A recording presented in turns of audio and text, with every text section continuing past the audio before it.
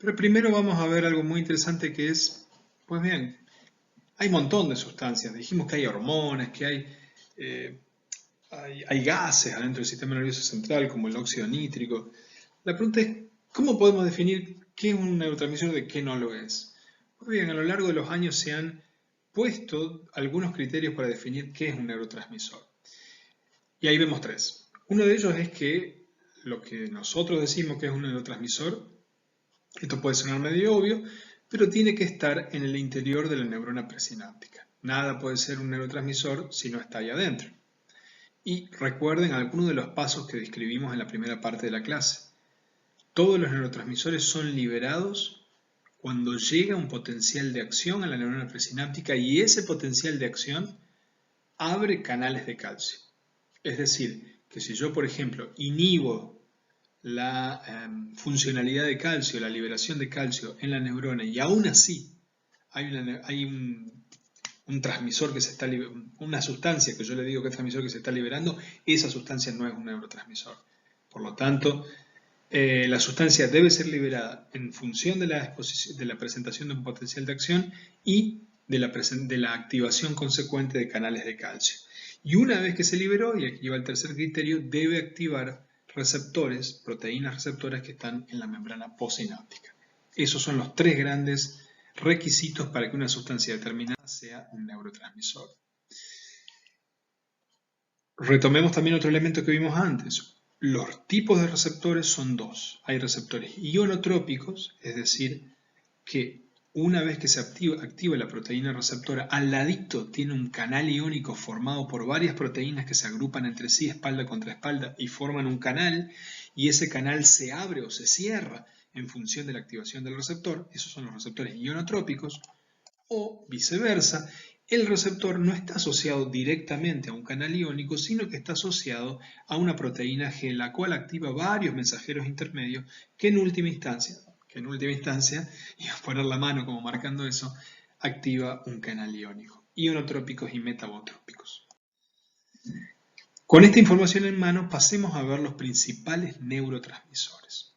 Uno de los neurotransmisores más importantes y que fue, recordemos, aquel que fue descubierto por Otto Loewi, que permitía la reducción del latido cardíaco del sapo, de la rana, es la acetilcolina.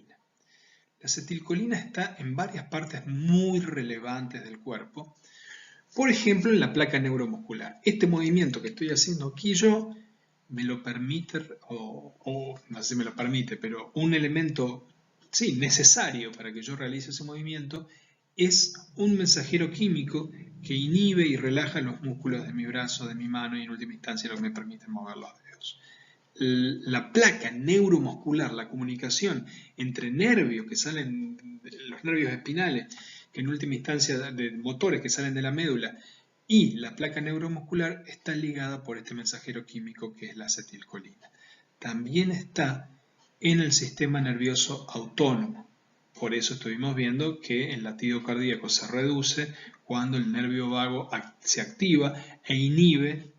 Fíjense, la activación de un nervio genera la inhibición, en este caso, del latido cardíaco y eso es parte del sistema motor visceral, es decir, del sistema autonómico, que también está ligado por acetilcolina. Es muy interesante ver las vías que permiten formar cada uno de los neurotransmisores. En el caso de la acetilcolina, la acetilcolina se forma a partir de una sustancia que se llama acetil-CoA. Ese acetil-CoA se genera a partir de un azúcar de la glucosa que pasa por un estado intermedio y luego finalmente el acetil-CoA junto con la colina, que es un elemento que se encuentra en la dieta, conforman, siempre y cuando haya una enzima que es la colina acetiltransferasa, conforman la acetilcolina. Por lo tanto, esos son los diferentes pasos metabólicos que dan lugar a la acetilcolina. Una vez que la acetilcolina cumple su función, por ejemplo en la placa muscular, fíjense que el movimiento es algo muy dinámico, está todo el tiempo cambiando y muy finito. Yo termino un movimiento, tengo que regular la cantidad de acetilcolina que hay en la placa neuromuscular de una manera muy sutil y muy perfecta. Por lo tanto, aquí, mecanismos de recaptación Es decir, la forma de eliminar el neurotransmisor que quedó ahí no es tanto por recaptación, sino por destrucción directa mediante una enzima que es la acetilcolinesterasa. La acetilcolinesterasa rompe, una vez que se cumplió la función, rompe toda la acetilcolina que quedó ahí y la retira. Lamentablemente, a veces la acetilcolinesterasa no funciona bien, y cuando no funciona bien, pues bien, empiezo a tener un conjunto de patologías a nivel motor. Y esa fue utilizado para bien y para mal. Es decir, yo puedo utilizar drogas, puedo generar drogas que modulen, que alteren el funcionamiento de la acetilcolinesterasa. Si yo inhibo la acetilcolinesterasa, por lo tanto me va a quedar un montón de acetilcolina aquí, en esa zona, ¿no? Y por lo tanto yo voy a tener movimientos permanentes, convulsiones, hasta que después ya no pueda más tener movimientos, digamos. Ya va a haber una incapacidad para generar nuevos movimientos. Por lo tanto, en algunos órganos como el corazón, eso me va a llevar a la muerte. Drogas que inhiben la acetilcolina y llevan a la muerte son, por ejemplo, utilizadas como fármacos tóxicos por algunos grupos terroristas. Un ejemplo muy conocido de ellos es el gas sarín, que fue utilizado en un ataque en los años 80 al subterráneo de Tokio. Una secta religiosa, por motivos que pueden leer, por ejemplo, en ese libro que está acá, Underground, de Haruki Murakami. Haruki entrevista tanto a las víctimas del ataque terrorista como a aquellos que estuvieron cerca del grupo terrorista también, para conocer un poco las motivaciones subyacentes a eso. Es muy lindo ese libro, muy interesante, les recomiendo leerlo. Y ahí van a ver de primera mano, porque hay muchos sobrevivientes del ataque, van a ver de primera mano los efectos de la exposición a gas sarín, que a su vez lo que hace es inhibir la acetilcolinesterasa, y eso genera un montón de alteraciones a nivel muscular, a nivel psicológico también altera las capacidades de memoria y en última instancia genera la muerte. Así que los invito a leer eso. Pero también se pueden generar drogas que nos ayuden como sociedad. Por ejemplo, la gran mayoría de los insecticidas que ustedes conocen para matar cucarachas, mosquitos, son órganos fosforados, se aprovechan de que también esos insectos utilizan sinapsis o utilizan transmisión acetilcolinérgica y por lo tanto utilizan, los usan para controlar esas plagas, ¿sí? Hay dos grandes tipos de receptores para la acetilcolina. Unos son ionotrópicos y otros son metabotrópicos. Unos se llaman los primeros nicotínicos y los segundos muscarínicos. ¿Por qué se llaman nicotínicos y muscarínicos? Pues bien, porque la nicotina es un agonista exógeno, un ligando exógeno que activa estos receptores nicotínicos que normalmente son activados por la acetilcolina. Los receptores para nicotina son muy potentes en el sistema nervioso central. Y los receptores para nicotina, los receptores nicotínicos, fíjense cómo aparecen acá. La N es de nicotina, la A es de acetilcolina, ACH, y la R es de receptor. Es muy interesante ver estas siglas porque fácilmente uno puede darse cuenta de qué están hablando. Receptores para acetilcolina de tipo nicotínicos. Y como dije yo, los nicotínicos, que se activan por la nicotina también, y son parte de digamos, a nivel del sistema nervioso central, la activación de estos receptores genera esa sensación también de euforia y de tranquilidad que genera el consumo de tabaco, ¿no?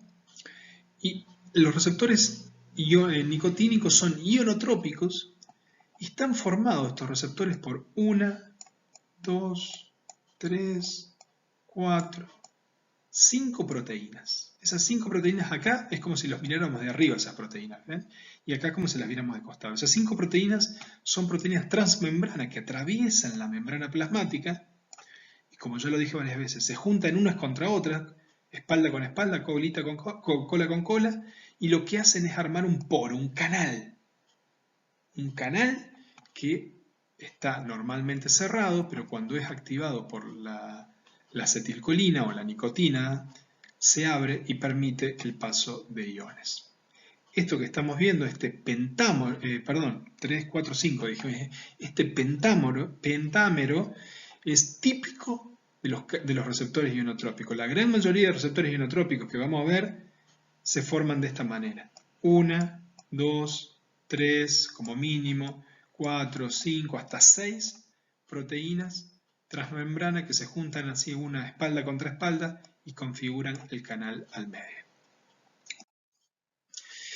Como les acabo de decir, estos receptores ionotrópicos son parte, median los efectos de la nicotina en el sistema nervioso central. Y este es un trabajo que vimos nosotros, por el cual observamos que la nicotina lo que hace, esto es un trabajo que realizamos con colegas de la Universidad Estatal de Nueva York en Buffalo, en Estados Unidos, lo que hace la nicotina es sacar parte del efecto negativo del alcohol. Es decir, si yo estoy tomando alcohol, el alcohol normalmente tiene un efecto aversivo. ¿Sí? Esto que estamos viendo acá es no me voy a extender mucho, pero es una prueba que mide parte de los efectos feos, displacenteros, de bajón, de malestar gastrointestinal que nos causa el alcohol. Ese bajón, ese efecto negativo del alcohol puede ser cortado, puede ser amainado, dice nuestro trabajo, por la activación de receptores nicotínicos en el sistema nervioso central a partir de la administración también de nicotina. Los otros receptores acetilcolinérgicos son los receptores muscarínicos, abreviados con esta letra M de muscarínicos, ACH de acetilcolina, R de receptor. Es muy interesante ver eso porque eso nos permite rápidamente identificar de qué receptor estamos hablando. ¿Y por qué se llaman muscarínicos? Porque son activados por este hongo que estamos viendo ahí, que también tiene efectos de tipo psicodélico. Y a diferencia de los otros receptores, los receptores muscarínicos son de tipo metabotrópico de segundo mensajero o asociado a proteína G. Fíjense que tienen también 6 segmentos transmembrana y la parte de adentro, la parte interna del receptor o del complejo receptor está asociado a una proteína que es la proteína G, y esa proteína G va a ser la que luego se va a asociar a un canal iónico abriéndolo o cerrándolo. ¿A dónde están? En una de las partes más importantes que estos a veces cumplen funciones inhibidoras y a veces excitadoras. Una función inhibidora muy interesante que cumplen es a partir de trabajar sobre los ganglios basales. Ya vamos a ver mucho más adelante que los ganglios basales tienen funciones reguladoras del movimiento. De hecho, por ejemplo, una alteración de los ganglios basales son caudado, putamen, globo pálido, claustro, es cuando fallan los ganglios basales aparecen cosas como el Parkinson, por ejemplo. ¿Sí?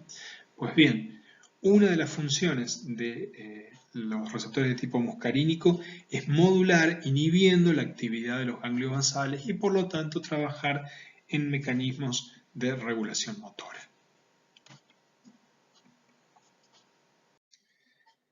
Entre los principales neurotransmisores encontramos el glutamato. El glutamato es el neurotransmisor excitador por excelencia que se encuentra en más del 50% de la sinapsis del sistema nervioso central.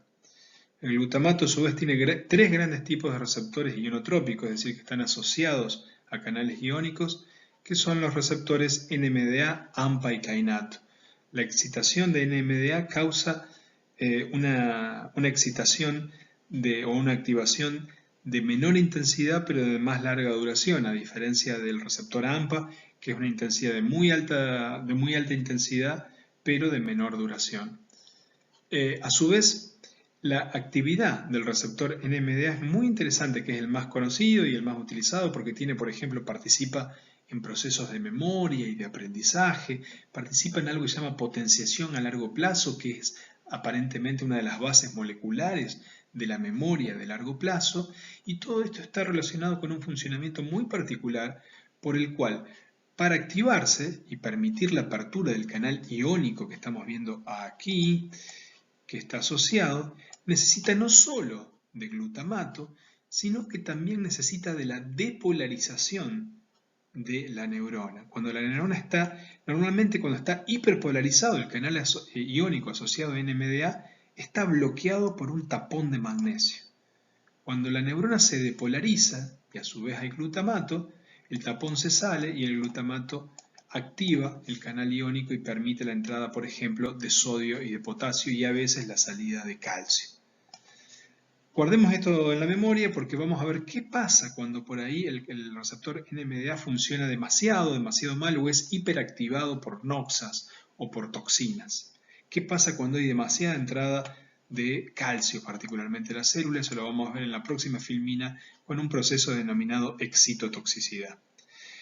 Antes de ir a eso es importante tener en cuenta que el glutamato se forma a partir de algo que se denomina glutamina, y esa glutamina, en la medida en que haya una enzima que se llama glutaminasa, se forma el glutamato, el cual finalmente es embolsado en la vesícula sináptica por un transportador. Casi siempre el transportador tiene la letrita B, ¿ven? B-glut es el transportador vesicular para glutamato, es decir, es una proteína que se encarga de meter todo el glutamato que ha sido producido, de no dejar nada ahí adentro del citoplasma, sino de meterlo y embolsarlo en las vesículas. Luego eso se libera y fíjense que hay una proteína que es la encargada de recaptar el glutamato y meterlo en la célula glial. La célula glial a su vez lo vuelve para atrás y lo transforma en glutamina y se lo devuelve a la neurona para que empiece nuevamente el ciclo.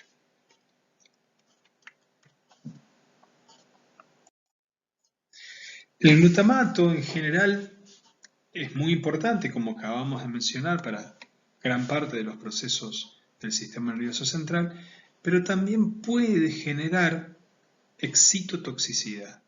Cuando hay mucha cantidad de glutamato, esa enorme cantidad de glutamato muchas veces está asociada, particularmente en el caso de los receptores NMDA, a la entrada desmesurada de calcio. Y el calcio, si bien como ya hemos visto funciona como un mensajero intracelular, también puede ser muy tóxico. Cuando entra mucha toxicidad de un momento a otro, cuando entra una activación neuronal descoordinada, genera lo que se produce un proceso de necrosis o de excitotoxicidad, que es como una muerte, como una especie de homicidio, como le acabo de mencionar. Supóngase un proceso tóxico por el cual una persona tiene una sobredosis con ketamina o con cocaína. Pues bien, ese proceso de sobredosis dispara procesos de excitotoxicidad para el cual la neurona no está preparada y se muere totalmente sin poder prepararse para ello.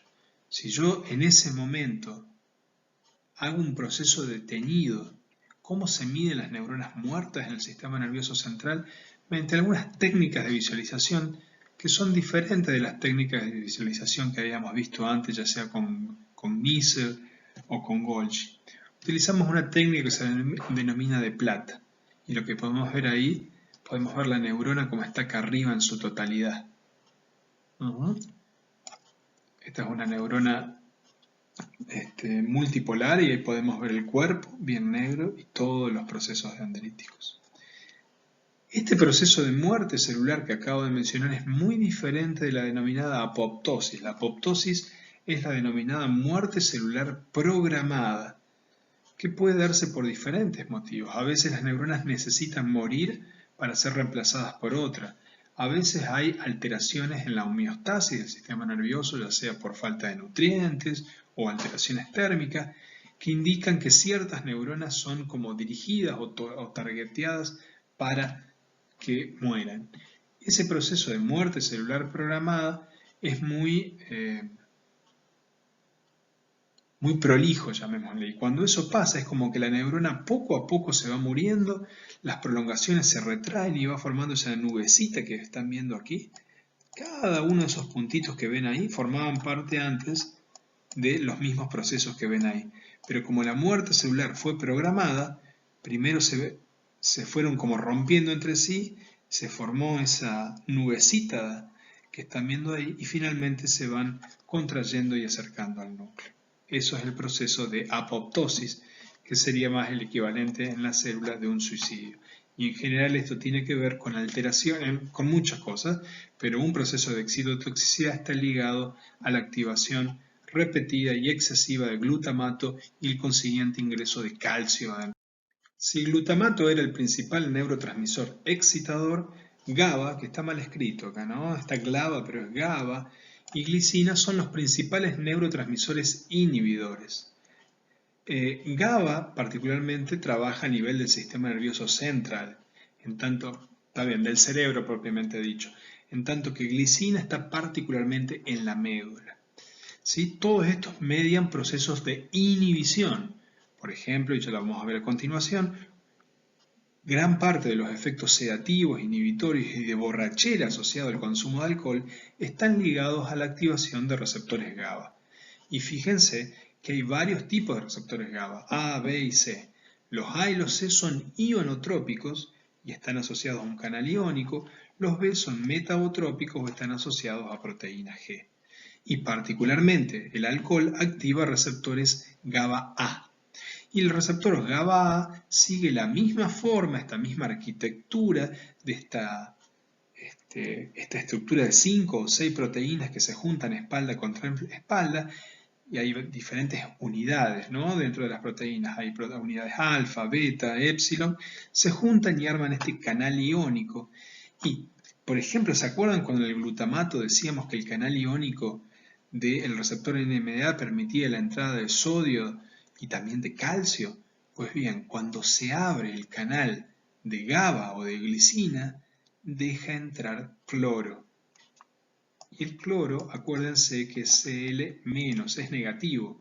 Por lo tanto, un neurotransmisor que permite la entrada a la célula de una molécula cargada negativamente como es cloro, va a tener el efecto de hiperpolarizar la neurona, es decir, de llevarla de menos 60, menos 70 aún más negativa, a 80, menos 90, menos 100.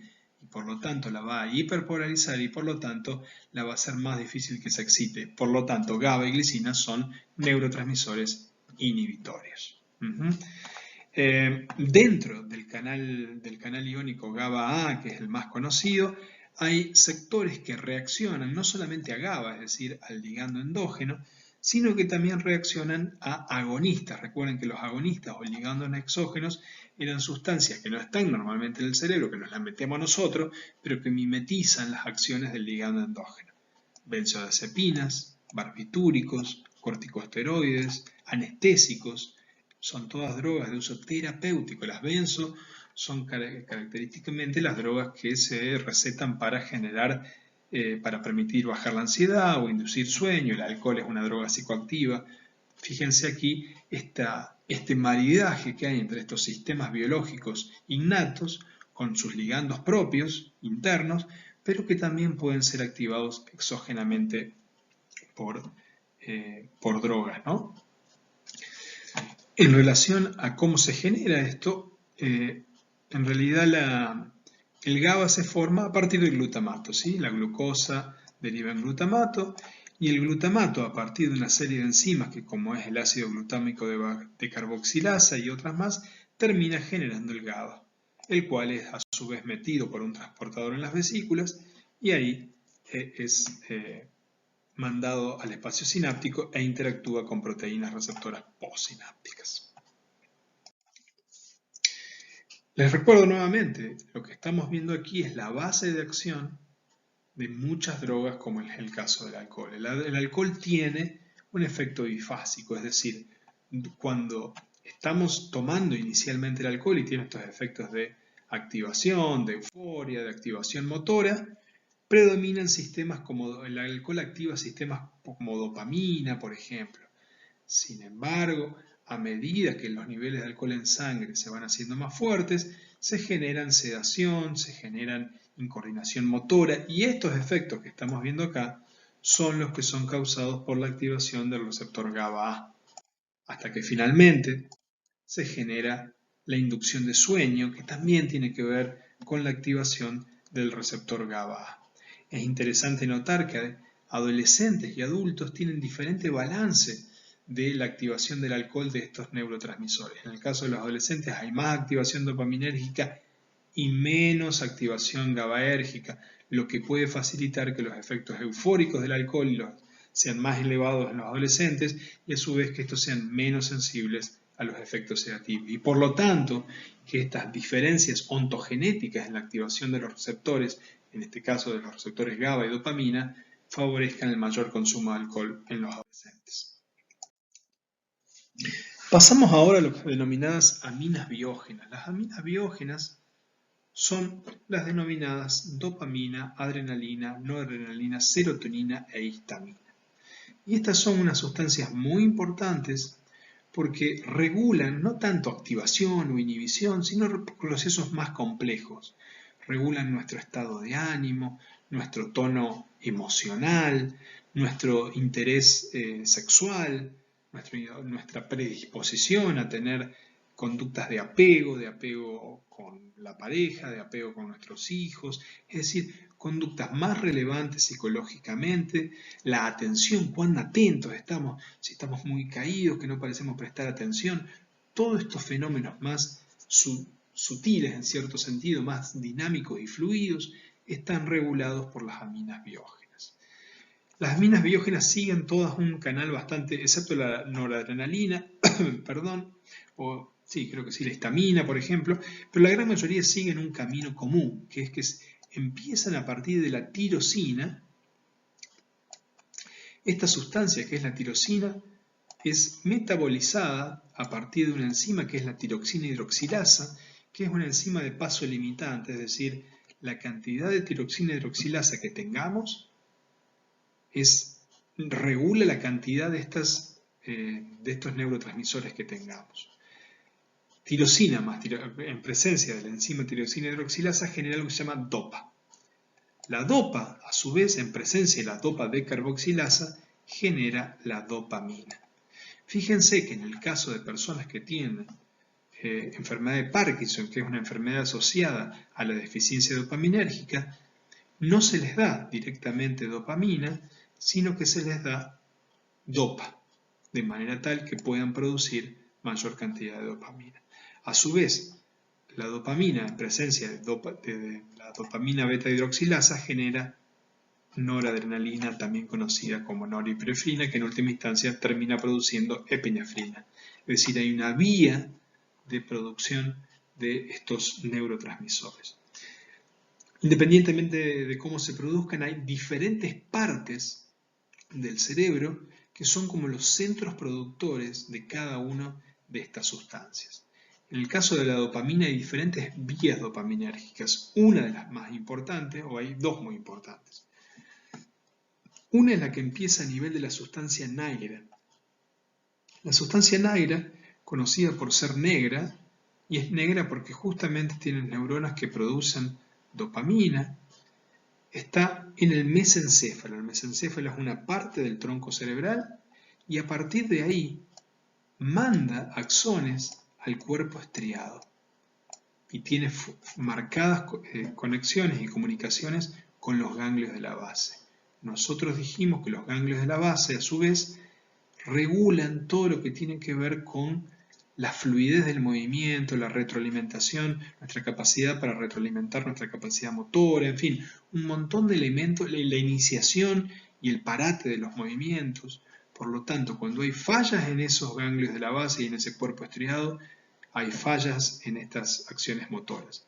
El mal de Parkinson tiene que ver con una patología en la cual hay una enorme muerte de esas neuronas o de estas fibras nigroestriadas. Algo así como el 70% de las neuronas que nacen en sustancia negra, producen dopamina y van hasta el estriado, se mueren.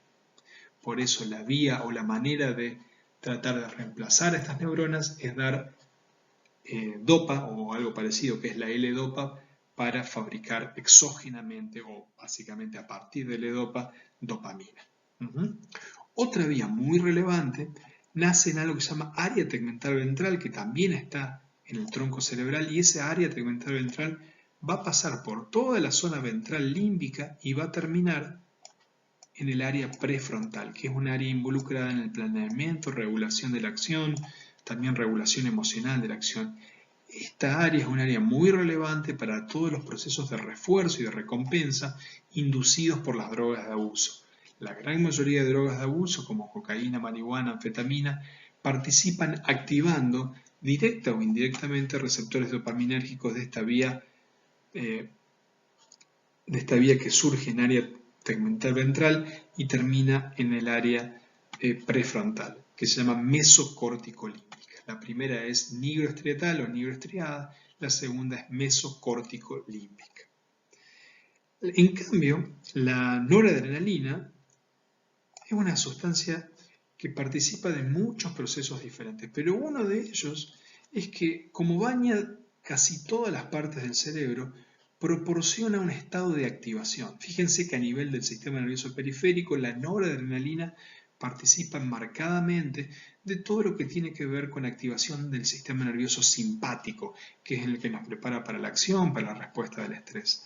En el sistema nervioso central, tiene esta forma de red difusa y también participa en lo que es el sistema reticular, es decir, que es un sistema también difuso que nos da un tono, un nivel atencional. La noradrenalina también participa de ese nivel atencional y el principal lugar donde se produce noradrenalina es en el locus coeruleus, que es un centro también a nivel del tronco cerebral. Otro área del tronco cerebral muy importante es el núcleo del RAFE. El núcleo del RAFE produce serotonina.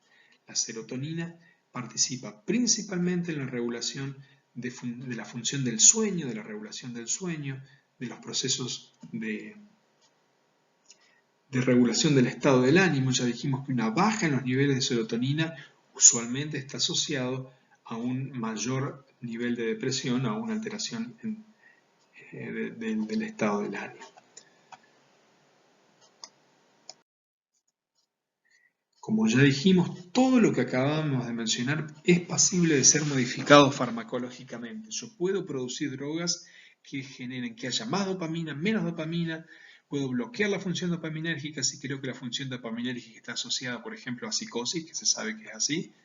Por lo tanto, bloqueo función dopaminérgica con antagonistas de receptores dopaminérgicos, como es el caso del haloperidol, o si tengo una teoría que dice que la depresión está asociada a menor disponibilidad de serotonina, pues bien, puedo bloquear la recaptación de serotonina desde la sinapsis hacia el terminal presináptico mediante, por ejemplo, estas drogas que se llaman inhibidores selectivos de la recaptación de serotonina. Tal es el caso de la fluoxetina, conocido como Prozac.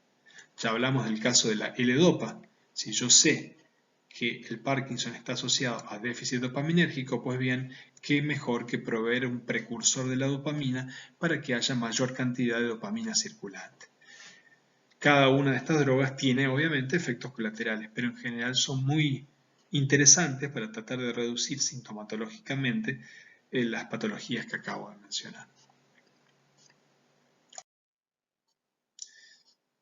Hay diferentes formas de visualizar las neuronas que producen dopamina. ¿Cómo sabemos que efectivamente a nivel del área tegmental ventral hay hay neuronas que producen dopamina? Pues bien, una manera de visualizar eso es trabajar con una técnica de visualización o de teñido, más de visualizaciones de teñido del sistema nervioso central, que se denomina inmunohistoquímica. La inmunohistoquímica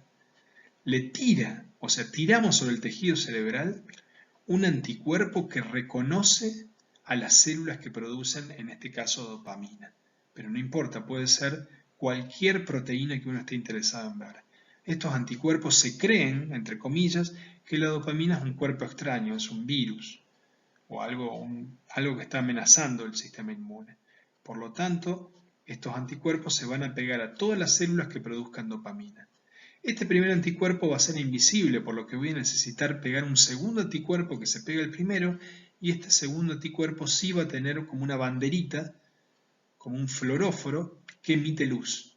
En este caso luz roja. Lo que estamos viendo acá es un pedazo del cerebro de rata donde se le ha tirado estos anticuerpos que detectan dopamina, o mejor dicho, la maquinaria para la producción de dopamina.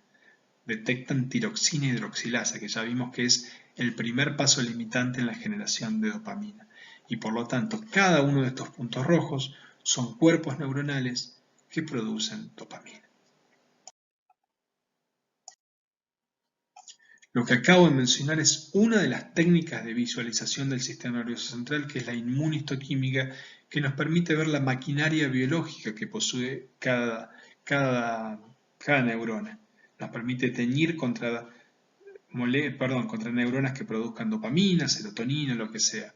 Otra forma de visualización es la técnica de Golgi, que nos permite ver neuronas enteras, o la técnica de Nissl, que nos permite ver cuerpos neuronales individuales. Aquí tenemos una visualización más clara de lo que es la inmunistoquímica. En este caso estamos utilizando algo que se llama inmunistoquímica contra CFOS. CFOS es una proteína que nos marca cuando la neurona está activa. Es una proteína que indica el nivel de actividad neural. Por lo tanto, si vemos aquí neuronitas marcadas con puntos negros, eso significa que esas neuronas han estado activas recientemente. Y nos permite, por ejemplo, ver que en este caso, ratitas que fueron expuestas al alcohol prenatal tienen mucho menor nivel de actividad normalmente en el cerebro que ratas que no lo fueron.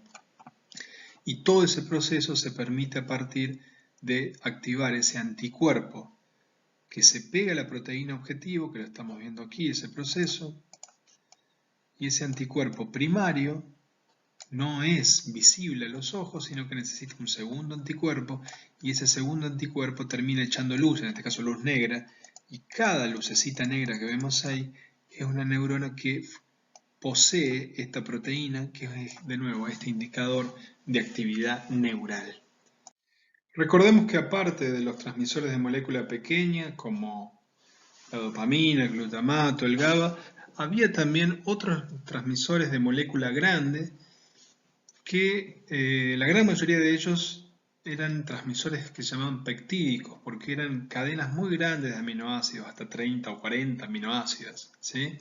Y habíamos dicho que había varios, ¿no? Como la sustancia P, que es una sustancia asociada a procesos de dolor, pero que capaz los más famosos eran los péptidos opiáceos, que participan de varias funciones. Una de las más comunes y clásicas es la regulación de funciones de dolor.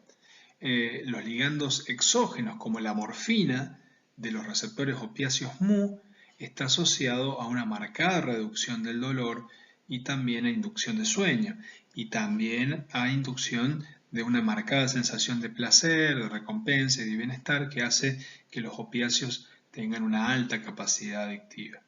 Hay tres grandes tipos de opiáceos, que son las endorfinas, encefalinas y endorfinas. Todos ellos activan receptores asociados a proteínas G o metabotrópicos. Por lo tanto, una gran diferencia en el caso de los receptores de molécula pequeña y los receptores de molécula grande es que los receptores de molécula pequeña pueden activar receptores ionotrópicos asociados a canales o receptores metabotrópicos, cualquiera de ellos. Y muchas veces un mismo neurotransmisor activa tanto uno u otro. En el caso de los transmisores peptídicos, siempre están asociados a receptores asociados a proteínas G o metabotrópicos. A su vez, como yo les dije, otros elementos es que en tanto que los receptores de molécula pequeña son sintetizados en el terminal axónico, en todo caso reciben desde el soma las enzimas o reciben algunos precursores que se reciben a través de la dieta o son recaptados.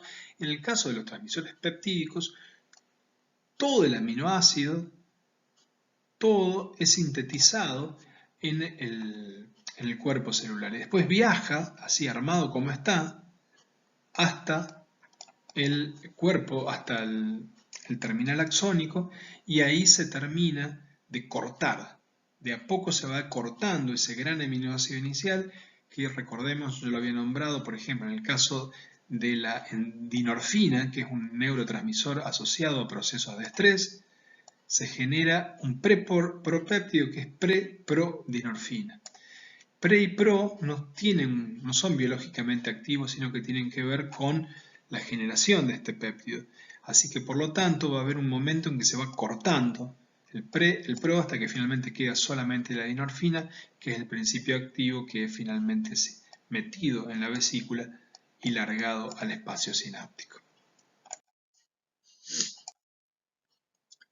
Muchos de estos receptores, como yo les dije, están involucrados en procesos de placer y de refuerzo, pero algunos de ellos, como es el caso de la dinorfina que acabo de nombrar, está involucrado en procesos aversivos. La dinorfina es un péptido que activa receptores kappa. Los receptores kappa, a su vez, son la activación de los receptores kappa está evaluado como algo profundamente aversivo. Si yo, por ejemplo, le administro a una rata una droga, un agonista exógeno de los receptores kappa, recordemos, el receptor endógeno de los receptores kappa es la dinorfina, pero hay también drogas que activen exógenamente eso, como el U62.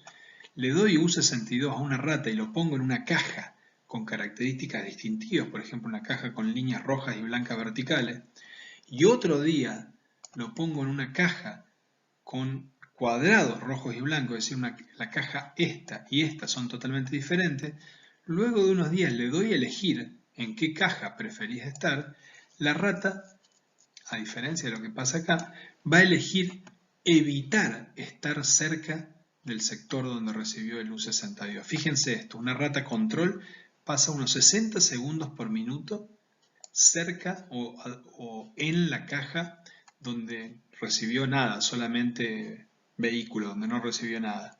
A medida que esa caja predice los efectos de U62, es decir, de la activación de los receptores kappa, las ratas van pasando cada vez menos tiempo en esa caja. Es como que evitan volver al lugar donde fueron estimuladas con una droga que estimulaba los receptores opiáceos de dinorfina.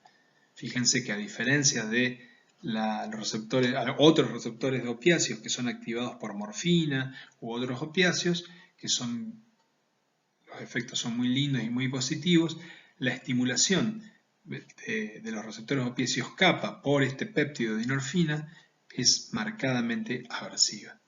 Estos son solo ejemplos para que ustedes vean la amplia riqueza que permite la estimulación de los receptores por parte de ligandos endógenos y exógenos también, por supuesto. Finalmente, indicarles que hay neurotransmisores no convencionales que cumplen funciones de transmisión intercelular, como aquellos que dependen de calcio, también como el óxido nítrico, y también hay receptores que han sido detectados en los últimos años, por ejemplo, a partir de los años 90, es decir, no hace mucho tiempo atrás para lo que es neurociencia o para la ciencia en general, fue detectado los receptores para el tetrahidrocannabinol, es decir, las sustancias usualmente presentes en la marihuana. Se han indicado que hay receptores endocannabinoides, los famosos CB1, que detectan la presencia de estos cannabinoides. Hay obviamente cannabinoides endógenos, pero también hay sustancias exógenas, como aquella que está presente en la marihuana, que permite la activación de estos receptores endocannabinoides, los cuales a su vez tienen relación con otras sustancias, como por ejemplo modulan a su vez la neurotransmisión serotoninérgica y dopaminérgica. Muy bien, hasta aquí nuestra clase de hoy. Vamos a finalizar con algunos ejercicios que quiero que hagan en el día de hoy. Como siempre voy a pasar la slide, voy a hacer la consigna y luego ustedes van a poder parar el video y responder las preguntas. Lo que están viendo aquí es un corte horizontal y me gustaría que indiquen algunos de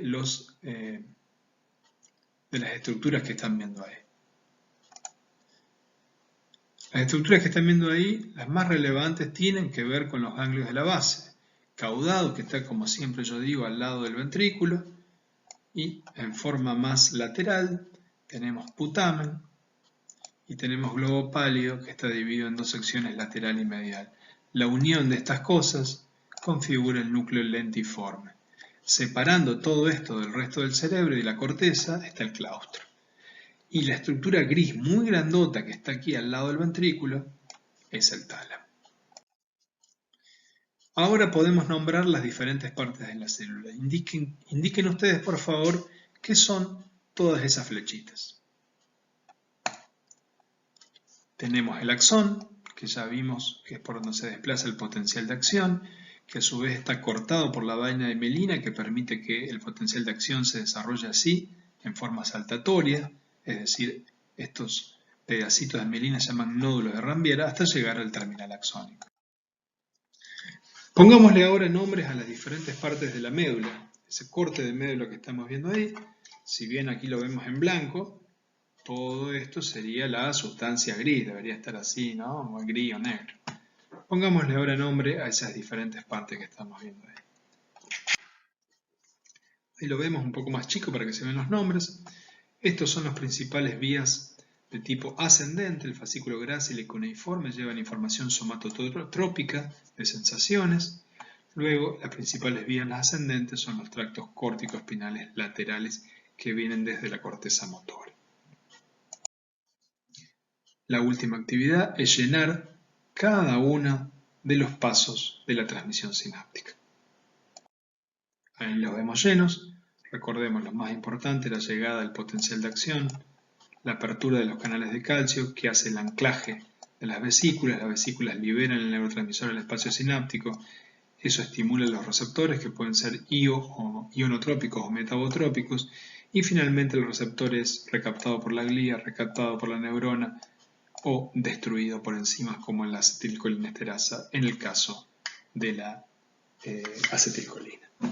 Bueno, hemos llegado al final de la clase de hoy, la clase 4, espero que les hayan gustado y recuerden que tienen horarios de consulta, tienen foros para hacer preguntas y para sacarse todas las dudas que necesiten. Muchas gracias por escuchar hasta aquí.